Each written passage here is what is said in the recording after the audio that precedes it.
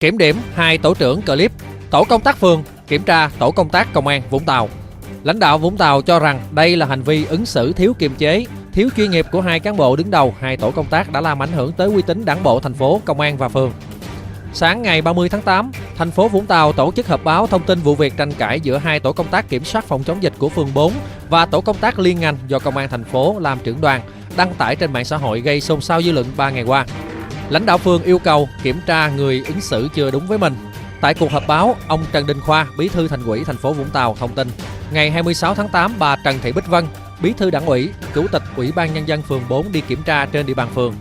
Trên đường đi thì gặp một chốt kiểm soát giao thông của tổ công tác liên ngành do công an thành phố làm trưởng đoàn. Trong quá trình thực hiện nhiệm vụ, tổ công tác yêu cầu dừng tất cả xe máy lưu thông trên đường để kiểm tra giấy đi đường và giấy làm việc. Bà Vân là Bí thư, Chủ tịch Ủy ban Nhân dân phường, đồng thời là trưởng ban chỉ đạo phòng chống dịch Covid-19 của phường 4. Vì vậy, bà Vân không có giấy đi đường. Bởi bà Vân nằm trong ban chỉ đạo phòng chống dịch của thành phố Vũng Tàu, không phải là đối tượng để cấp giấy đi đường.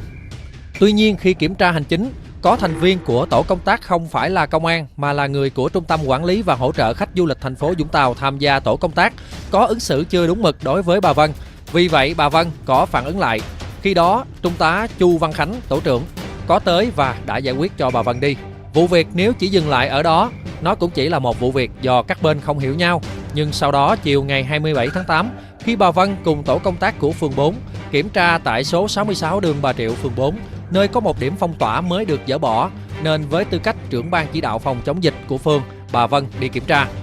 Ngay lúc đó gặp tổ công tác liên ngành của công an do Trung tá Chu Văn Khánh làm tổ trưởng, bà Vân đã dừng tổ công tác lại, yêu cầu kiểm tra hành chính 2 thành viên của Trung tâm Quản lý Hỗ trợ Khách Du lịch là thành viên trong tổ công tác của công an thành phố, không phải kiểm tra Trung tá Chu Văn Khánh. Lúc này, Trung tá Khánh với nhiệm vụ là tổ trưởng có nhiệm vụ bảo vệ cho thành viên trong tổ mình, nên đã có lời nói hơi to tiếng. Chính bản thân bà Vân cũng to tiếng nên thành ra dẫn tới sự việc như trong clip đã đăng tải.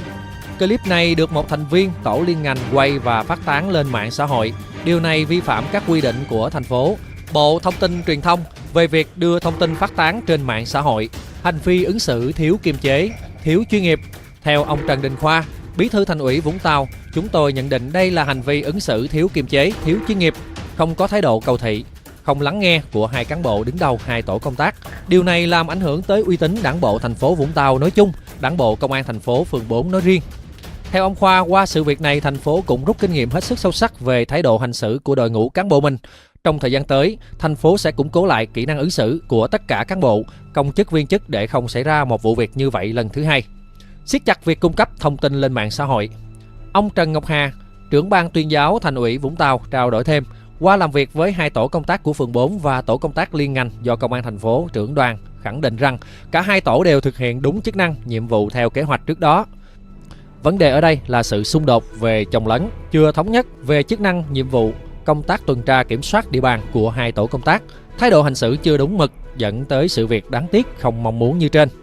Từ đó, clip này đã được đăng tải trên mạng xã hội, dẫn đến nhiều bình luận, tạo ra một cái nhìn phản cảm của nhiều người đối với một bộ phận cán bộ công chức nói riêng cũng như hoạt động của bộ máy chính quyền thành phố nói chung. Thành phố đã yêu cầu những cán bộ công chức có trách nhiệm liên quan, cụ thể là bà Trần Thị Bích Vân, Chủ tịch Ủy ban Nhân dân phường 4 và Trung tá Chu Văn Khánh, tổ trưởng tổ công tác tuần tra kiểm soát của công an thành phố, phải nghiêm túc kiểm điểm vì đã có những hành xử không đúng mực gây ảnh hưởng xấu đến uy tín, hình ảnh của người cán bộ công chức cũng như người chiến sĩ công an nhân dân, gây cái nhìn phản cảm của dư luận đối với bộ máy chính quyền thành phố.